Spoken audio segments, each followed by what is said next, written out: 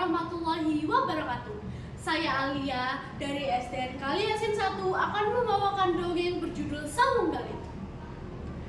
Di suatu hutan di pinggir kota Surabaya terdapat desa bernama Desa Lidah Donowati.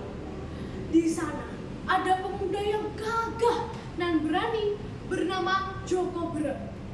Joko Berek selalu memenangkan pertandingan sabung ayam.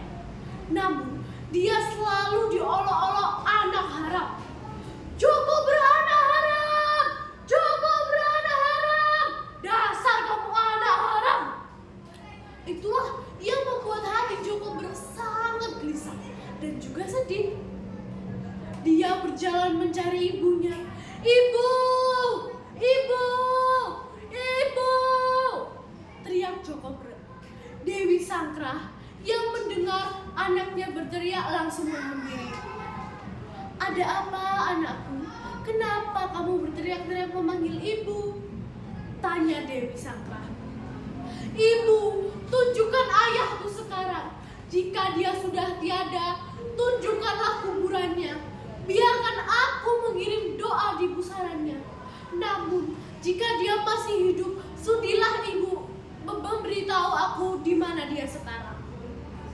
Dewi Sangkrah yang sudah menduga akan pertanyaan itu pun langsung menjawab. Ketahuilah anakku, ayahmu adalah seorang adipati di Kadipaten Surabaya, yaitu Adipati Jayenggrana. Jika kau ingin menemuinya, pergilah dan bawalah selendang Cinda Puspita sebagai bukti bahwa kamu adalah anaknya. Joko Berek dengan bersemangat pergi ke Kadipaten Surabaya. Namun, sesampainya di gerbang Kadipaten, Joko Berek langsung dihadang oleh dua prajurit. Hei kamu, mau apa kamu datang kemari?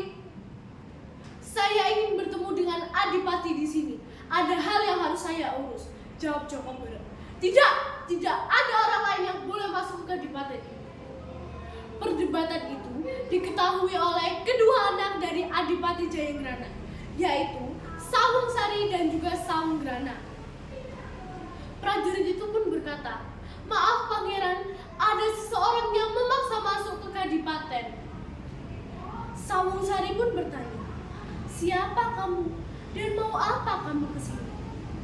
Joko Berek pun menjawab, saya Joko Berek ingin bertemu dengan Adipati Jayenggrana.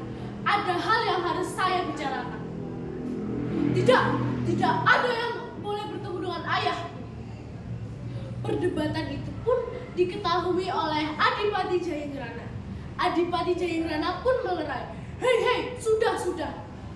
Maaf ayah, ada seseorang yang memaksa masuk bertemu dengan ayah. Ini dia orangnya, jawab Sawung Grana dengan menunjuk Joko Berek. Siapa kamu? Dan mau apa kamu kesini? Tanya Adipati. Saya Joko Berek dari Desa Lidah Donowati, ingin bertemu dengan Adipati Jayenggrana. Jika Tuan adalah Adipati Jayenggrana, maka Tuan adalah ayah saya. Hei, tunggu dulu. Siapa nama ibumu dan apa buktinya bahwa kamu adalah anakku? Tanya Adipati. Nama ibu saya adalah Dewi Sangkrah. Dan ini buktinya bahwa saya adalah anakmu. Sambil menunjukkan selendang Cinda Puspita yang diberikan oleh ibunya. Ternyata benar, kamu memang anakku. Joko Berek atau Sawung Galing diperkenalkan kedua anak dari Adipati Jayenggrana. Anak-anakku, ini adalah Sawung Galing. Dia adalah saudaramu, berasal dari Desa Lidah Donowati. Sejak saat itu, Sawung Galing tinggal di Kadipaten. Suatu hari, Kadipaten Surabaya kedatangan kompeni Belanda yang dipimpin oleh Kapten Knol yang membawakan surat dari Jenderal de Boer yang isinya adalah bahwa jabatan Adipati di Surabaya akan dicabut dan kompeni Belanda akan menduduki kota Surabaya.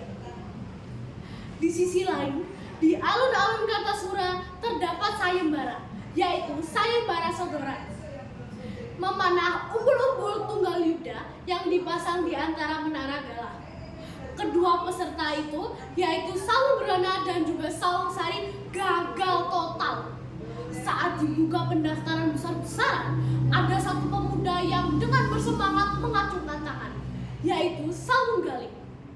Dan Sawung Galing tepat memanah umbul-umbul tunggal yuda itu sampai jatuh. Semua orang bersorak gembira dan suasana sangat senang. Sawung Galing pun diangkat menjadi adipati di Surabaya. Itulah yang membuat saudara dari Sawung Galing merasa iri dan juga dengki. Kedua saudara dari Sawung Galing pun bergabung ke Komuni Belanda untuk menjatuhkan Sawung Galing. Karena sebab itulah Sawung Galing sangat benci kepada Komuni Belanda dan juga kedua saudaranya. Dia terus memperkuat pasukan dan menambah pasukan. Akhirnya Sawung Galing bisa membunuh Jenderal De Boer dan mengusir Belanda dari Surabaya. Sayangnya Joko Bere meninggal terkena penyakit keras dan dimakamkan di sekitar Kupang Lidah Wetan.